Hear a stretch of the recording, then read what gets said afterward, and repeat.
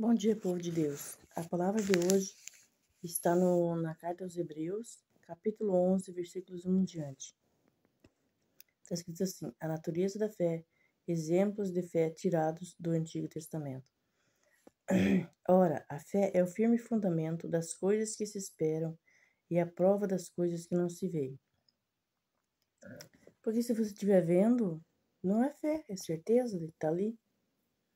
Fé é o que você não está vendo, mas você crê. Por exemplo, você não vê Deus, mas você sabe que ele existe. Você acredita nele, você ora para ele, você busca por ele, porque você sabe que ele existe. Isso é fé.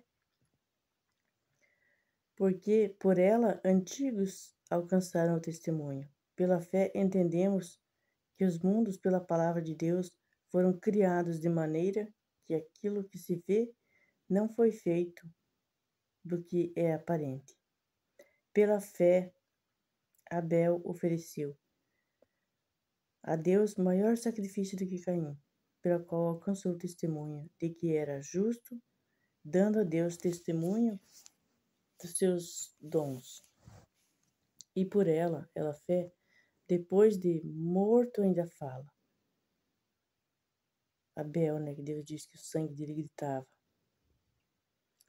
Pela fé, Enoque foi transladado para não ver a morte, e não foi achado, porque Deus o transladara, visto como antes da sua transladação alcançou o testemunho de que agradara a Deus.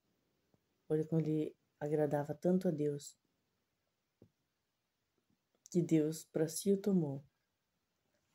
A Bíblia diz que Enoque andou com Deus e não foi mais achado, porque Deus para si o tomou. E naquele tempo, era mais fácil ele ser tentado pelo mal, porque eles não tinham o Espírito Santo com eles o tempo todo. O Espírito Santo vinha quando Davi, ele dá a entender que ele invocava, e vinha o Espírito do Senhor. Mas o Espírito Santo não estava morando na terra, aqui no nosso coração. Ele foi enviado depois da ressurreição de Jesus. Ora, sem fé é impossível agradar-lhe. Sem fé é impossível agradar a Deus. Se você não tiver fé que ele existe, só pedir na hora do aperto, mas não tiver fé,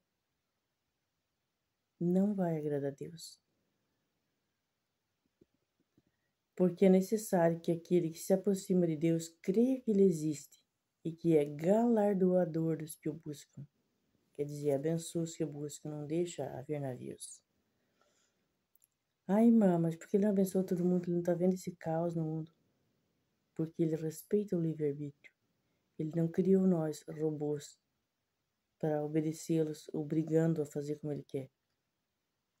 Ele podia, ele é Deus, ele é nosso Criador, mas ele deu o livre-arbítrio e ele não vai contra as suas próprias leis.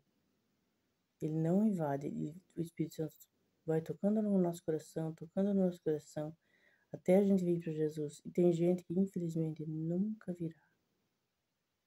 Infelizmente. Pela fé, Noé foi divinamente avisado das coisas que ainda não se viam.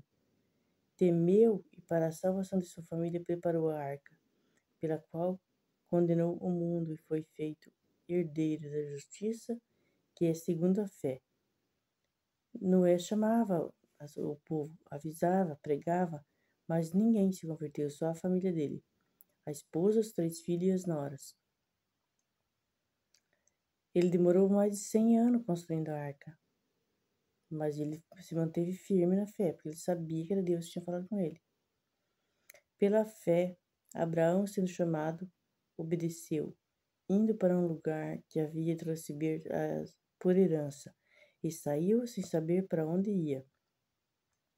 Pela fé habitou na terra da promessa, como em terra alheia, morando em cabanas com Isaque, Jacó, herdeiros, e com ele da mesma promessa, porque esperava a cidade que tem fundamentos, da qual o artífice e construtor é Deus.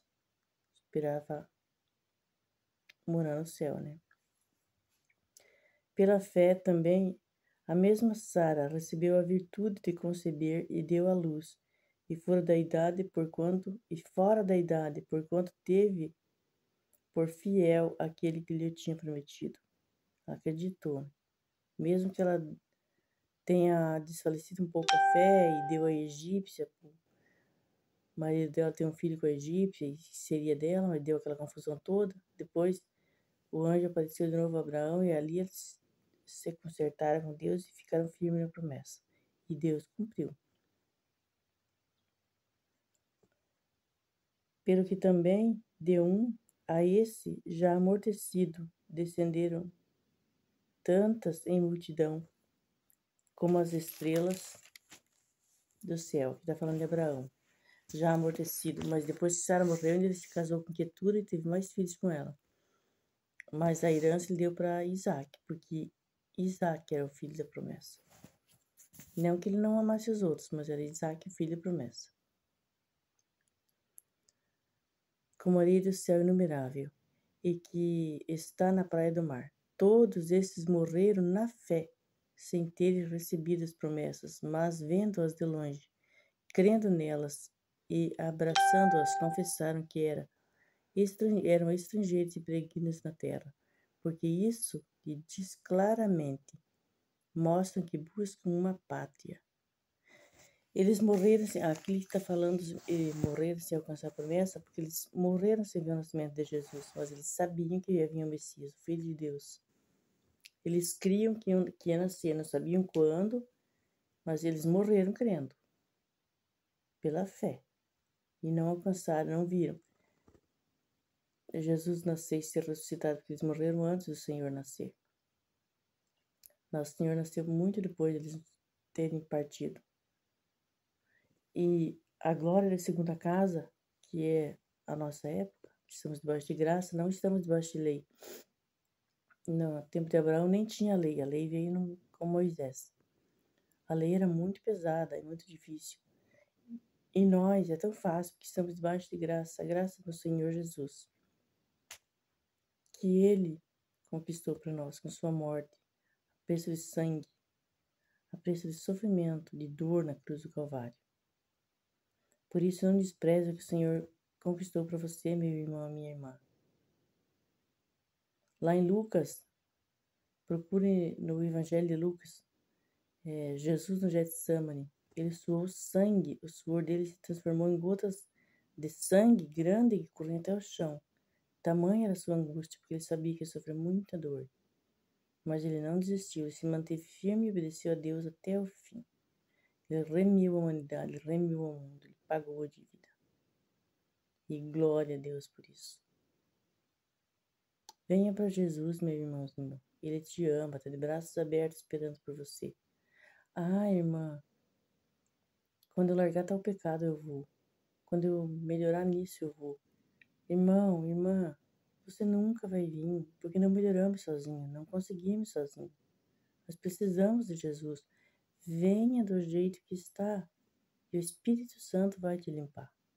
Tá bom? Um beijo no coração de cada um e até o próximo vídeo.